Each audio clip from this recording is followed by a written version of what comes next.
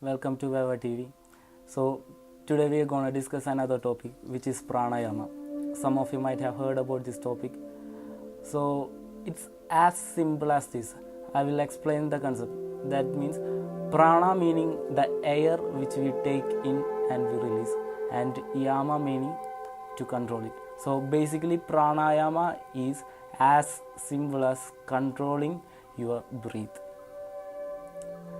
And you might be curious to know what is so important about controlling the breath that you take and that you release in everyday life. It's a process that you have doing since the first cry that you made when you came from your mother's womb, and it's done until the last breath from your lungs is gone.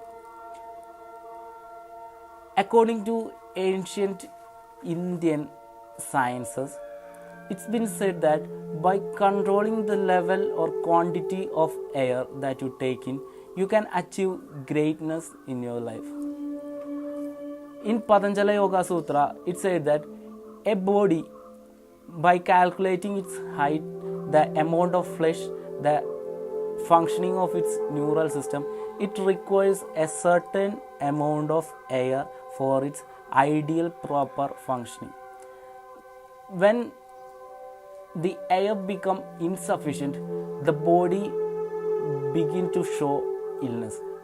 So this illness can be overcome by maintaining that level of pranan in your body. Pranan are different types of pranan. There are 5 types of pranan, and there are various types of pranayamas that you might have heard. But basically the sole purpose is to maintain the level of pranan in your body. In order to achieve such a goal, there are so many methods that can be followed. Depending on the weight of your body, the amount of pranan which is required for its ideal functioning varies. So in order to understand that, you should study this concept under a well-trained professional. Otherwise, it's going to bring a lot of negative effects both mentally and physically. The concept of pranayama is so important and so sensitive because it gives instant result. You don't have to wait days, you don't have to wait for weeks or years to feel the change in your body. By the time you do your first set of pranayama, the body and the mind will start to show the changes, and eventually as you proceed on this path, you will start to feel, you will start to realize the levels of your body, the levels of your consciousness which you haven't felt or experienced in your entire life. According to Patanjali Yoga Sutra, it is said that a person is experiencing or existing in 4 dimensions, which are your physical body, your mind, and knowledge, and the final dimension, which is your soul.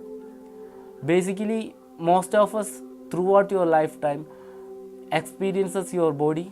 Some of us experiences our mind, but the level of knowledge and the dimension of soul that we are not mostly in touch with.